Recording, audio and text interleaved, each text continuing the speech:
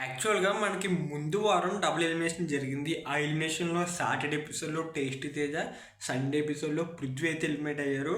అయితే మనం ఏమనుకున్నాం ఈ వారం ఒక సింగిల్ ఎలిమినేషన్ ఉండి next week mid week elimination జరిగిద్దేమో అనుకున్నాం. బట్ ఈసారి కూడా డబుల్ ఎలిమినేషన్ అంటే ఈ వీక్ కూడా కంటిన్యూస్గా రెండో వారం కూడా డబుల్ ఎలిమినేషనే. అయితే సాటర్డే ఎపిసోడ్లో వచ్చేసరికి రోహిణి అయితే ఎలిమినేట్ అయ్యింది.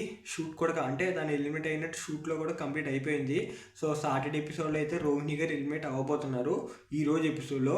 అయితే రేపు సండే ఎపిసోడ్లో ఎవరు ఎలిమినేట్ అవ్వబోతున్నారు అయితే చాలామంది ప్రేరణ అంటున్నారు కొంతమంది. సో మ్యాక్సిమం ఎక్కువ ఛాన్సెస్ విష్ణుప్రియకే ఉన్నాయి. సో విష్ణుప్రియ మ్యాక్సిమం రేపటి ఎపిసోడ్లో ఎలిమినేట్ అవ్వచ్చు. So next Monday, Tuesday, Wednesday ఇలా 5 రోజులు కూడా ఒక్కొక్కరి జర్నీ అయితే మనకి మంచిగా గ్రాండియర్గా ప్లే చేస్తూ వాళ్ళకి ఒక మంచి బ్యూటిఫుల్ మెమరీ లాగా అయితే క్రియేట్ అవుతుంది.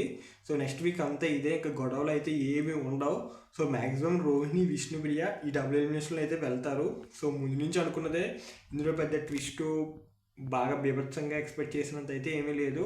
సో మీరేమనుకుంటున్నారు, ఇది ఫెయిరా అన్ఫెయిరా కింద కామెంట్ చేయండి. Thank you.